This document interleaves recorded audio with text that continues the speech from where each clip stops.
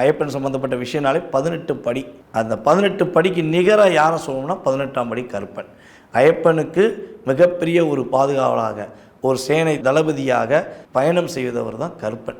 எப்படி 18 வருடம் நம்ம ஐயப்பன் கோயிலுக்கு மாலை போட்டு ஒவ்வொரு வருஷம் கரெக்டாக விரதம் இருந்து கடைபிடிச்சு கன்னி சாமியிலேருந்து குருசாமியாக மாறுற அளவுக்கு ஒரு வைப்ரேஷனை நம்மளுடைய சாமிமார்கள் பெறுறாங்களோ, அதே அளவுக்கு 18ஆம் படி கருப்பனுக்கும் முக்கியத்துவம் கொடுத்து யாரெல்லாம் 18 வருஷமும் கரெக்டான முறையில் ஃபாலோ பண்ணுறாங்கன்னா அவங்களுடைய வாழ்க்கையில் தேவையில்லாத குடும்பத்தில் பிரச்சனைகள், வம்பு வழக்குகள், செய்வினை கோளாறுகள் இது எதுவுமே வராது.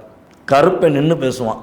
ஏன்னா ஒரு ஊருக்குன்னாலும் சரி, ஒரு வீட்டுக்குன்னாலும் சரி, ஒரு பிரச்சனை வருது, ஒரு தேவையில்லாத ஒரு செயல் வருதுன்னா காவல் தெய்வம் வீட்டுக்கு முன்னாடி நின்றுட்டா கண்ட விஷயங்கள் எதுவுமே உராது, தீய சக்திகள் எதுவுமே நம்மளை அண்டாதுங்கிறது தான் காவல் தெய்வத்துடைய விஷயம். அதனால தான் ஊர் எல்லையில் நம்ம காவல் தெய்வமான கருப்பசாமியை வைக்கும். ஸோ அப்படி அந்த வைப்ரேஷன் உங்களுக்கு முழுமையாக கிடச்சிருச்சு அப்படின்னா மிகப்பெரிய மாற்றங்கள், மிகப்பெரிய முன்னேற்றங்களை கொடுப்பாங்க அப்படிங்கிறத பார்க்குறோம்.